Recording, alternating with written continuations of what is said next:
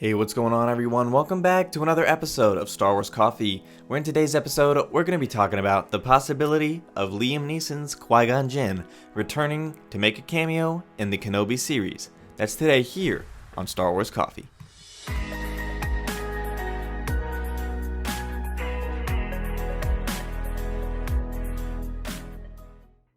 Greetings, Exalted Ones. Greetings to all you Jedi, Padawans, and younglings out there. This is Star Wars Coffee, covering everything you need to know about the latest developments, news, and leaks in Star Wars, and as always, giving you my analysis.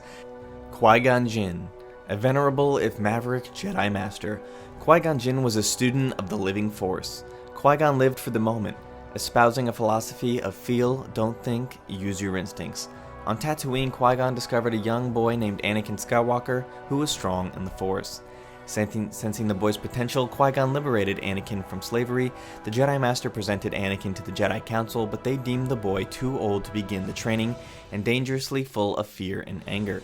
They refused to allow Qui-Gon to train Anakin, but rescinded their decision to fulfill Qui-Gon's dying wish. Qui-Gon Jinn is Liam Neeson, one of the most interesting Jedi Masters ever to be. He was not on the council specifically for his philosophy of feel, don't think, and use your instincts. And Qui-Gon Jinn, portrayed by Liam Neeson, is being talked about to make a cameo in the Kenobi series, so I thought I would address that today. We're going to take a look at a couple of articles, one from LRM and one from Inverse. So let's take a look at this here.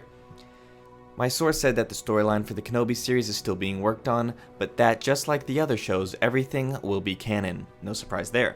So they aren't going to bring Qui-Gon back just for the fun of it. The issue is Liam Neeson's working schedule.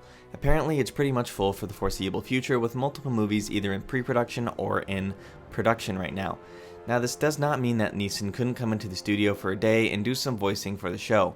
Although small, there may be a possibility we could hear Qui-Gon talk to Obi-Wan in the show. This is what I've been thinking about for the foreseeable time now. It seems that, to me, if Qui-Gon was going to make an appearance in the Kenobi show, it would simply be as a voice cameo as it was in the deleted scene in Revenge of the Sith. And it seems to me that it would make sense just to be a voice cameo, because as they say, Liam Neeson's schedule is pretty full. The last time I checked, it looks like he's either doing 3 or 4 things that are currently in development. So adding Kenobi in Star Wars, which would be a heavy demand if he was physically going to be in the show doing a Force Ghost action, would be pretty high up on that list and probably would have to reduce his workload. So, continuing on, this may not seem like a surprise to the Clone Wars fans. Neeson offered his service to voice Qui-Gon for 3 episodes, 2 during Season 3 and 1 during Season 6. And we learned that Qui-Gon had not completed his training before being killed by Darth Maul. He was only halfway through his training, which allows him to contact living beings, but not able to manifest himself into a Force Ghost. This led the Clone Wars to expand on the training, seeing Yoda go through at the end of Season 6. Qui-Gon is able to contact Yoda through the Force and explain that he was partially able to complete this training, to truly become one with the Force. Yoda then goes on his own journey, traveling to the Sith world of Moraband to confront his own fears in order to complete the training. Of course, the speculation of Qui-Gon Jinn being in the Kenobi series comes from the last part of Revenge of the Sith, when Master Yoda tells Obi-Wan that while looking over Luke, he will need to train from his own master. So of course it was natural for some to assume that we would see Liam Neeson back in this role. Unfortunately, at the moment, it does not look like that will be happening. Liam Neeson has mentioned before that he doesn't care to go back to the role, but he has offered his voice for a couple of episodes of the Clone Wars. So, also in Revenge of the Sith and The Rise of Skywalker. So another article we're going to take a look at is from this Inverse article titled Obi-Wan Star Wars Movie Rumors, Qui-Gon Jinn Cameo. If the rumored standalone Obi-Wan Kenobi Star Wars movie turns out not to be a mind trick orchestrated by the dark side of the Force, then that means fans' discussions of possible character cameos will continue to go on. Even if Obi-Wan doesn't manage to leave Tatooine in the movie, he could be visited by the ghost of Qui-Gon Jinn. On Monday, actor Liam Neeson told Yahoo that the character could return, saying, "I know in Star Wars world, anything is possible." And if Jedi Master Qui-Gon Jinn's spirit did return and speak to Obi-Wan, the scene is oddly already written. In October 2017, Del Rey published a Star Wars short story book, A Certain Point of View.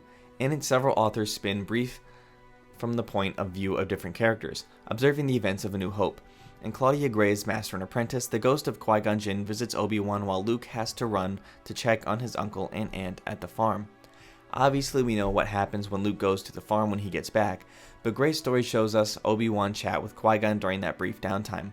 But the most important thing about the story is that this establishes that these ghost chats are fairly frequent, meaning Qui-Gon does drop in on Obi-Wan often enough for this little visit not to be weird. If the Obi-Wan show does mostly take place on Tatooine and depict Obi-Wan mostly hanging out and thinking about how the events of the past have affected him, a scene or two where Qui-Gon gives him a pep talk would be welcome. And if the rumored screenwriters of the hypothetical Obi-Wan show want some inspiration, they should look to Claudia Gray's Master and Apprentice writing for it. For what it's worth, Liam Neeson made it clear Monday that no one has been in touch with him about such a thing actually happening.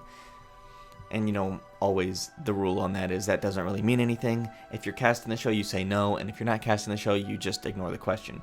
So with that being the case, it seems that there are seeding things that could hint that Qui-Gon could be involved in a Obi-Wan cameo. Specifically, the best piece of evidence, if you ask me, is that short story book, A Certain Point of View, where Claudia Gray's Master and Apprentice, the Qui-Gon Jinn, visits Obi-Wan while Luke has to run to check on his aunt and uncle at the farm. That seems to me to be the best evidence we have for it. If my theory that Star Wars continually seeds things is correct, this would then fit that perfectly. But let me know what you guys think about this in the comment section down below. Thank you guys for watching. May God bless you and the Force be with you always. If you enjoyed this episode, and frankly, even if you didn't, don't forget to subscribe. Do it! And if you want to help spread the word, please give this video a thumbs up and tell your friends to subscribe. Please check out the official Star Wars Coffee merchandise, and don't forget to check out all of the content playlists on this channel, including The Rise of Skywalker, The Mandalorian, and much more.